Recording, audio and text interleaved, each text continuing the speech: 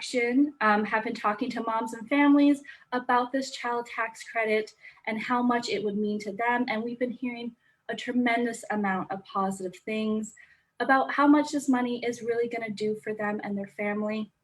But we've also been having a lot of questions about, the child tax credit and some concerns. So that's why we're here today with Nina Dastur, the state and local policy director with Community Change, to help us answer some of these questions for you guys. So a little bit about Hoosier Action. We are a grassroots, nonpartisan organization, and we believe that everyday people should be at the center of the decisions that impact our lives. And we believe that everybody in our state, no matter the color of their skin, their gender, their income, their geography, that we all deserve to have a thriving future. So we're going to introduce ourselves to everyone who is watching, and I'm going to kick it to Samantha. Hi, I'm Samantha Kern. I'm a mom and a member leader of Hoosier Action, and I am based out of Fishers, Indiana. Awesome. Nina?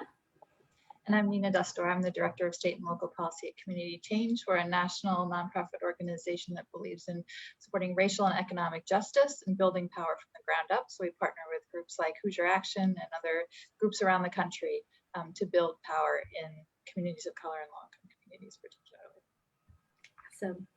And I'm Eva. I am the Moms Organizer with Hoosier Action. I'm calling in from Unionville. And I just want to say thank you so much, Nina, for being on with us. We really appreciate it. We're so excited to have you on here. Could you give us just a little bit about what is the child tax credit and who does this impact and what does it mean for the future of families? Well, the child tax credit, or what we call the CTC for short, is a benefit for families caring for children that's traditionally been provided to families when they file their tax returns. And this year, President Biden and Democrats in Congress expanded the CTC to make it more fair and to make it more helpful for more families. So the credit was increased from $2,000 up to as much as $3,600 per child, depending on how old the child is. 17-year-olds now qualify, and all families will finally get the full credit if they make less than $112,500 for single parents, or $150,000 for married couples. And the credit phases out based on income, so higher income families may get a smaller benefit or no benefit if they're over the income thresholds. But married couples with up to $400,000 of income and single parent households with income under $200,000 are going to qualify for at least the $2,000 original credit without the expansion. So this is really important because we know that 27 million children, including a significant share of rural children, didn't get the full benefit of the credit in the past. And that was happening even as middle and higher income families did receive the full credit. But now it's fully refundable. So lots of families with lower incomes that didn't get the full credit before will benefit from the expansion. And this is financial support that families can use to meet their children's needs as flexibly as possible, right? So if you are a family with young children or a new infant, and you have all the costs that come along with having babies, the diaper costs alone are pretty shocking. You can use the CTC to support that. If you're somebody like me who has a teenager who seems to outgrow his pants and his shoes, every 5 minutes, it can help you with some of those costs too. And then I'll just say, another important change is that families used to get the benefit of the CTC at tax time. But since lots of families would benefit from receiving the CTC right away, there's another important change, which is that they can get up to half of their CTC benefits in advance. And that's going to happen on a monthly basis starting as early as July 15th. Awesome. I know I'm very excited for it. I'm a mom of 3, and I definitely, all my kids outgrow their clothes and are always needing things, as kids usually do. So before we jump into the questions that we have today, our chat mods are going to be jumping into the chat.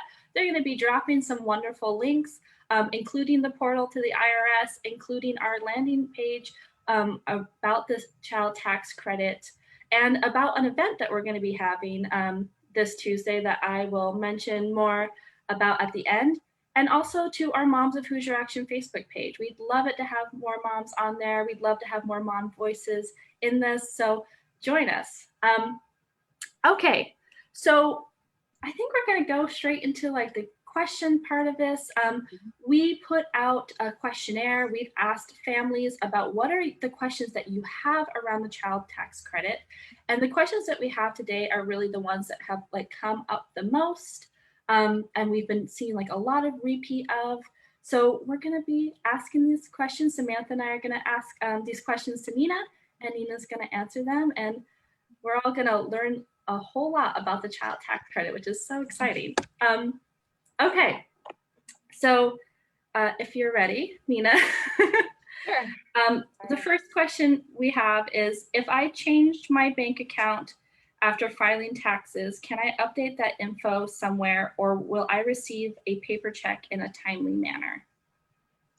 Yes, so the answer is that the IRS actually launched a tool on its website, which is irs.gov. It's called the Child Tax Credit Update Portal, which is a wordy way of saying like this is a website you can use to allow you either to elect not to receive the advance credits that I just mentioned, or to update your bank account information. And it's over time, they're going to actually add some functionality so you can provide more information to the IRS on an ongoing basis. But for now, if you want to update your bank information, you should be able to do it through that portal.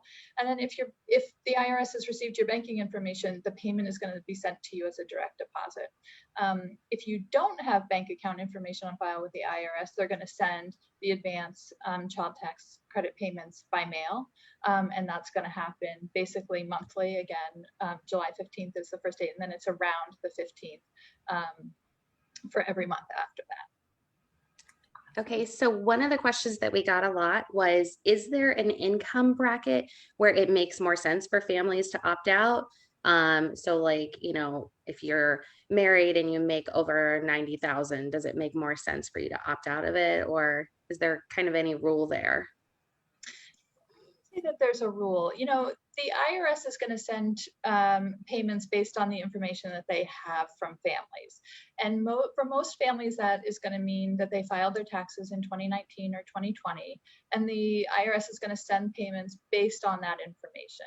If you have a real change in circumstances, like one of your children isn't living with you anymore, or your income has suddenly skyrocketed, you might want to think about opting out of the advance payments. But if you're not close to those income thresholds, it's something that you don't need, I think, to worry about as much.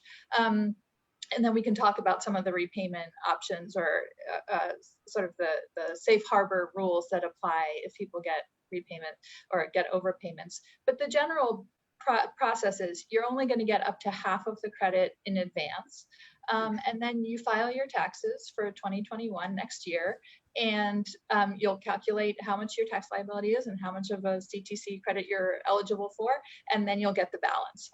So for most families, that will be the second half of the full payment. Okay, thanks. We have another question someone wrote. If I had a baby since filing taxes in 2021, will I receive the child tax credit for this child? Or if I have a child after July 15th, will my baby receive the child tax credit in the future months? So the first child tax credit advance payments are going to be based on the children you claimed on your 2020 tax return, or your 2019 tax return if your 2020 tax return hasn't been processed yet.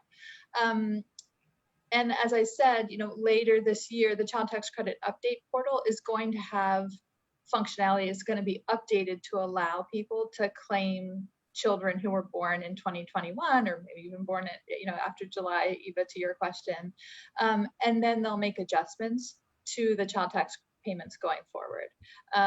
So if you don't receive those advanced child tax credit payments for that child, either you don't file, like use the update portal, and the IRS doesn't know about it, you can always claim that child next year when you file your taxes. You're not losing any benefit. It's just that if you want to use the update portal to get the advance payments, then you can do that probably later this summer. I think they said maybe August. Okay, and then you probably hinted on this next question already. So if someone wants to opt out and they have missed the deadline to do that, can they do that for future months? And I imagine that's probably done within the portal. Yes, so you can opt out for future months. You don't have to have opted out but before July 15th. Generally, if you do it 3 days before the next payment date is scheduled, it'll take you out of that queue. So, for families who are concerned about it, they may get a payment or two and then they can opt out, and then they can, reconcile it all when they file their taxes in 2022. Okay, cool. Awesome. Another question we're hearing, and I think you also hinted on this and talked about this, is that I heard that this money is half of the amount I would normally receive when filing taxes. Is this true? Well, it's kind of partially true, but let's clear up a little confusion. If you get the advance payments, it's not that you're getting less than you would if you waited to file. What the IRS is just saying is we're going to give you up to half of it. We'll give you half of it in advance, and then you'll get the rest of it, whatever you're entitled to, when we actually get all the tax information that we need to process your return, right? So families can get, based on their 2019 or 2020 information, because remember, the IRS can only pay based on the information that they have about you. So they'll use that information from your 2019 tax return or your 2020 tax return, and they'll calculate the advance payment. And then you'll get that up through December. And then next year when you file your taxes, they'll reconcile that and you'll get the balance due. Okay. But nobody will lose anything by getting, advance payments. You're not losing out on the whole credit. Okay. Okay, so this one might be a little bit hard to answer. There may not be a cut and dry one here. But the next question that we got was, if families don't opt out and they have an overpayment, what happens? Like, is there a repayment process? Or I guess I don't even know if I'm asking that right. Yeah. But hopefully it makes more sense to you. Yeah. So there may be scenarios when people have been overpaid, right? Because their circumstances change and they didn't opt out. Maybe they, for whatever reason. And remember that I said that the IRS is going to calculate your income tax liability. Now, the good news is that there is a safe harbor provision. So for many families, particularly families with lower incomes, I think the threshold is up to $60,000 a year for married families. Basically, you're not going to have to repay that amount, especially if it's attributable to, a child who maybe isn't living with you anymore, or isn't claimed as a dependent anymore. Otherwise, the payments, again, they just get factored into your tax liability, for lack of a better word. So when you file your taxes, the amount of the credit may be offset by another refund that you get, or you're going to calculate how much tax you owe and how the refund, how the child tax credit plays out with that. And then you may have an overpayment that you have to pay back if you're, a higher income family. But the disregard, which is like the safe harbor, the disregard of the income actually also phases out over time. So it's not cut and dry. Like if you earn over $60,000 a year, then you'll have a certain dollar deduction. It's a little bit technical, but you won't necessarily be liable for the entire amount of the overpayment. Okay. Is that helpful? I think so. I'm not gonna lie, like, this is a learning experience for me too today. So we did get a question in our chat that's from Caprice, and it says, how can I check or update my payment choice to receive these payments? So the IRS actually has a child care eligibility tool assistant. So you can actually go on and find out what the information is that the IRS has about you, to see what you would be getting in, if you're eligible for advance payments, and what your advance payments would be. And then there is the separate portal that I talked about for families who maybe have a change in circumstances and want to update it or opt out and just wait till next year, which is totally fine. And then there's also another tool I want to mention, which is for people who didn't file their 2019 or 2020 taxes and don't have to file. So a lot of families who have low incomes aren't required to file tax returns every year. And now there's something called a non-filer tool. And those families, it's like basically a simplified return. You put in some very basic information about your dependents and your income, and then you're known to the IRS. So now the IRS knows about you, they know about your income and your family, and then you can start getting the advance payments. And so those are all ways that families can interact with the IRS to make sure that, you know, they're getting the money that they're eligible for. Cool. So we did have the question, I think, like, if a parent or a household, if there's like a divorce or separation with the parents, would they then like update it through that portal? And then will it have an impact on like child support and things like that that are calculated? So the CTC is really separate from child support unless parents are negotiating it as part, like who's claiming it as part of their divorce settlement. So child support isn't considered income for purposes of taxes, and whether you pay it or whether you receive it. So if I'm a parent and I'm divorced and I pay to my spouse, I don't get to deduct that amount from my taxes in the same way that, you know, if I'm married and I buy something for my children, I don't get to deduct that from my taxes either. So there's no interplay that way. There are some rules around, you know, generally which parent gets to claim the credit, and that's based on whether the child is actually their dependent, which means the child lives with you for at least 6 months out of the year. So that will be determined by the custody arrangement that parents have with each other. And again, like this can all be negotiated as part of, also in 50-50 splits and things, negotiated between parents as part of their divorce arrangement. Awesome. And one last question of what can we do to help push support for this to make this happen beyond the 6 months, like to make this a year-round option for families? Well, that's a great question, Eva, because I should have said at the beginning that this expansion is a 1-year expansion. So this was passed as part of the American Rescue Plan.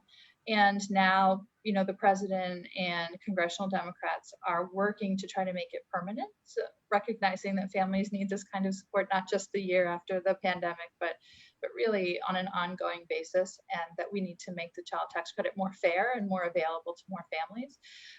So we're working with groups like Hoosier Action to raise this issue with members of Congress, to highlight how important benefits like this are for families, how much of a difference it makes for families to take some of the, you know, the burden and the stress about affording things for their kids that they really need, especially for lower income families, and that these are the kinds of supports that government should be providing to all families. So, you know, I would say connect with groups like Hoosier Action, write to your member of Congress. We have petitions out that people can sign. You can make calls, and you know, maybe you guys want to talk about some of the great events that you all are holding to lift up the value of the CTC in your community. Yes, thank you, and thank you for answering all these questions. This has been really clarifying for us on the call, and I'm sure everyone who's watching. So yes, and we that actually does land in. We are having an event. The Moms of Hoosier Action are having an event over at University Square Park in Indianapolis. We want to celebrate this. It's such a great thing to have. It's so amazing. And it's been, the Hoosier families and families have been needing this for such a long time, this kind of investment and support. So we want to celebrate it. We want to uplift families. We're going to have a picnic where we will have food and kid activities. And it's just a really great time to come out and meet other people, other families. And also take some action with us. We do want this to be permanent. Investing in families is ultimately investing in the future of our state, and we really want to have a thriving future for all of us. So come out and celebrate. If you can't be there, we do have a digital postcard that you can send to our congressman and a petition that you can sign on to as well. And there's so many more ways to join us. But yes, that is what is happening, and we want to celebrate this awesome thing. So that concludes this Facebook Live. I want to thank you so much, Nina, for being on with us. Thanks for having We me. really do appreciate this, and it's just been so great. Thank you so much. Oh, my pleasure. Anytime. Yes, I learned a lot. I'm like, I should have had my notebook, but but I can go back and rewatch it. So it sounds like the number one answer is go to the portal. You know, I want to say that the White House has put out some great information. You can go to the White House website on the child tax credit, and that actually has like frequently asked questions. So if your Nice. question isn't there, it might be answered on the IRS website, which has lots of questions and answers. And the other thing that the White House website has that could be really helpful is some scenarios. So if I'm a family making a certain amount and I have a certain number of kids, what would I get? And I also want to encourage people, we actually just launched a calculator that's available on our website at communitychange.org that people can put in to see how much they could claim or how much they would be eligible to receive in child tax credit benefits, as well as the stimulus payments if they didn't get that. All these things to help motivate families to take the steps that they need to receive the benefits that their families might need. That's awesome. Awesome. Yay. Well, Perfect. thank you so much. And to all those who are watching, we hope you have a wonderful rest of your week. And hopefully we see you guys out there on Tuesday. And with that, Facebook Live concluded. Thanks so much. Thanks. Bye. Bye.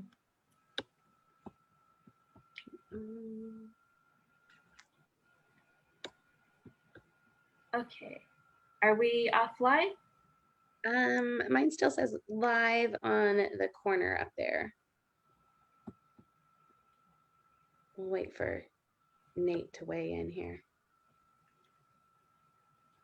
That was good. She was really helpful. Mm-hmm. You know, I'm always worried when we talk to somebody that we're going to give them a question and they're going to like fumble and not know the answer right away, but she's, you know, clearly an expert. So yeah. Oh, Elaine says we are still live.